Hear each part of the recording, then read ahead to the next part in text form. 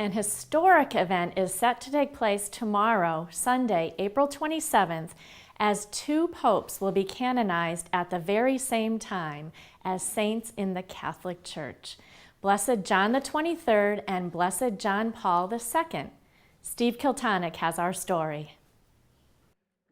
On April 27th, Pope Francis will canonize two remarkable men, Pope John the 23rd and Pope John Paul II. In Rome, 1 million pilgrims are expected to witness this unprecedented event in the history of the Catholic Church. For the first time, four pontiffs, including Pope Emeritus Benedict XVI, will be spiritually united in St. Peter's Square. The ceremony will be broadcast live by the Vatican in 3D, not only to TV but also in movie theaters. While both popes were influential leaders of the Church, each brought his own unique style to the papacy. John the 23rd was a humble parish priest who was the driving force behind Vatican II, while Pope John Paul II was a charismatic, globe-trotting superstar who was loved by millions throughout the world. Father Gary Daly is the Director of Vocations for the Springfield Diocese. The two canonizations are really historic in the sense that both popes in recent memory are being canonized at the very same time. And it's really an exciting moment for the Church throughout the world because these two popes really had significant impacts on the Church in the changing of the Church, but also changing of the papacy. Pope Francis will unite both pontiffs on Divine Mercy Sunday, which was instituted by John Paul II in 2000. Father Mark Stelzer from Elms College says Pope Francis feels an affinity toward both popes, incorporating the best qualities of each into his own papacy. The papacy of John the 23rd has very often been characterized as a papacy of renewal, and many people characterize the papacy of John Paul as a papacy of restoration. If we look at Francis's own papacy so far, I think he brings together both of those tendencies, changing no doctrine, but emphasizing the pastoral nature of the Church, which sort of shows his affinity to John the 23rd, and also his adherence to doctrine and faithfulness to that, which shows his adherence and his fidelity to the teachings of John Paul. I believe that the Pope sees in both Pope John the 23rd and Pope John Paul II traits and characteristics that he embodies, and he would like to see carried out in his own papacy. The thread that connects both of these popes is holiness, simplicity, humility. Born the son of Italian sharecroppers, Angelo Roncalli was elected pope in 1958 at the age of 76, too old, many thought, to have any lasting impact on the Church. Good Pope John, that's what they would call him, because, he was a husky guy, as we would say, and he just looked like everyone's grandfather, and that's how he treated people. At night, Pope John the 23rd would often sneak out to walk the streets of Rome. He made pastoral visits to hospitals and prisons. And just 3 months into his papacy, he announced his plans to the world of convening an ecumenical council at the Vatican, the first in 100 years. Commencing in the fall of 1962, the council, which met once a year for 4 years, laid out a broad new vision and set of reforms for the Catholic Church. Opening the windows of the Church, in a sense, and bringing in a new spirit and a breath of fresh air in many ways. And there's so many changes that have happened as a result of the Second Vatican Council. After Vatican II, the Mass could be celebrated in the language of the parish. The priest could face the congregation, and women religious lost their habits in favor of clothes like the people they served. Some of Pope John the 23rd's other contributions include internationalizing the College of Cardinals, revising the Code of Canon Law, and writing 8 papal encyclicals. One of his first encyclicals, Pacem in Terris, Peace on Earth, addressed the question of war in an increasingly complex world.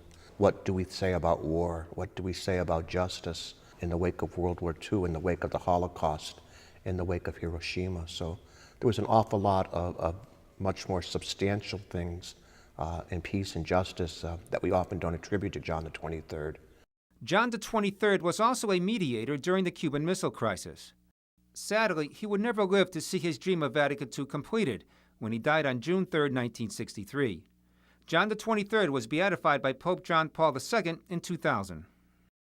Born May 18, 1920 in Wadowice, Poland, Karol Józef Wojtyła was elected to the chair of Peter as Pope John Paul II in 1978, the first Polish pope and the first non-Italian pontiff in over 400 years.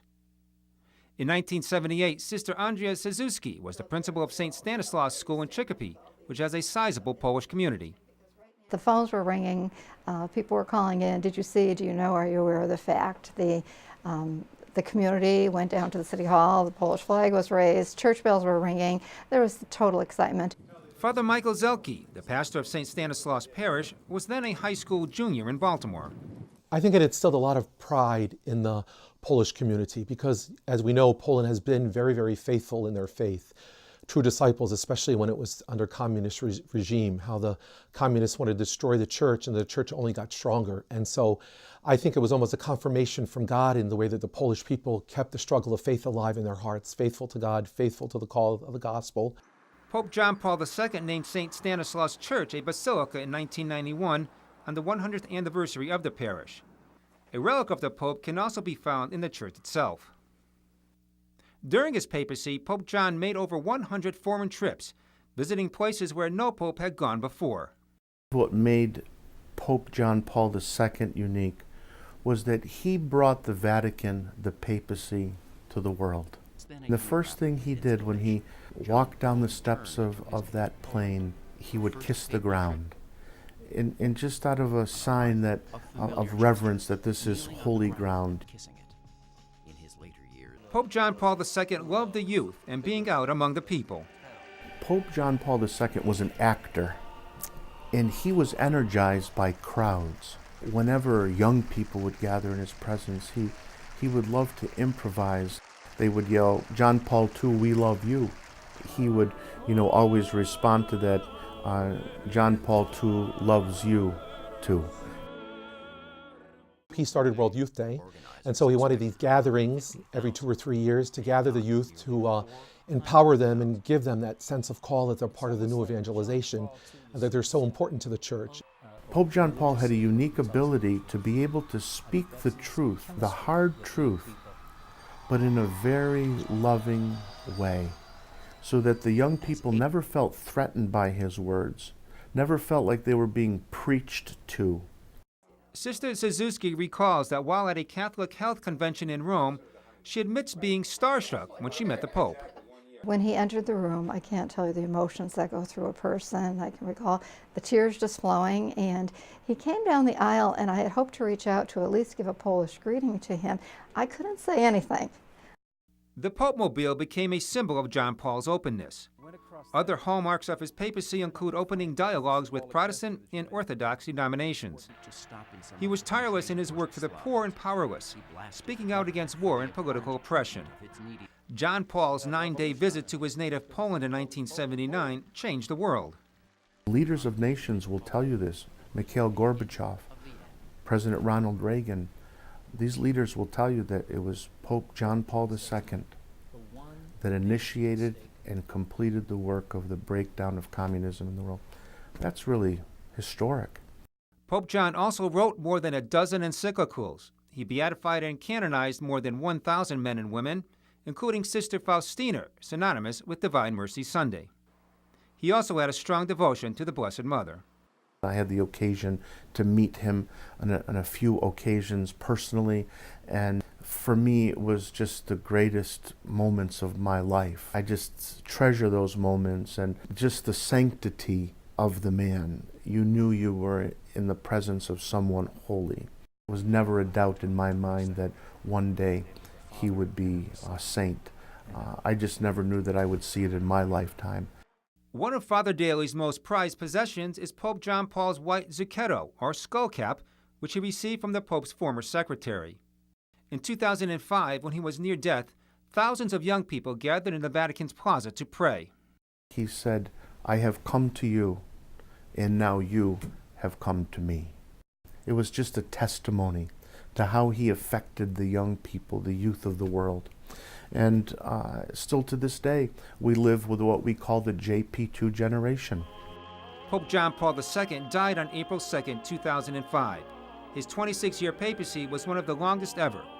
He was beatified by Pope Benedict on May 1, 2011, which is the quickest beatification on record. Michelle and Donald D'Amour were invited to attend the canonization ceremony because of the faculty seminars they conduct at Catholic colleges on behalf of the Faith and Reason Institute.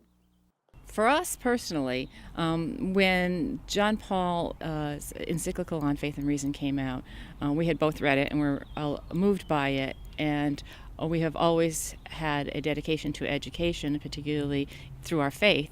And this encyclical moved us to do something to help small Catholic colleges stay on their mission. They are both looking forward to the historic event. It's a unique blessing. It's humbling at the same time.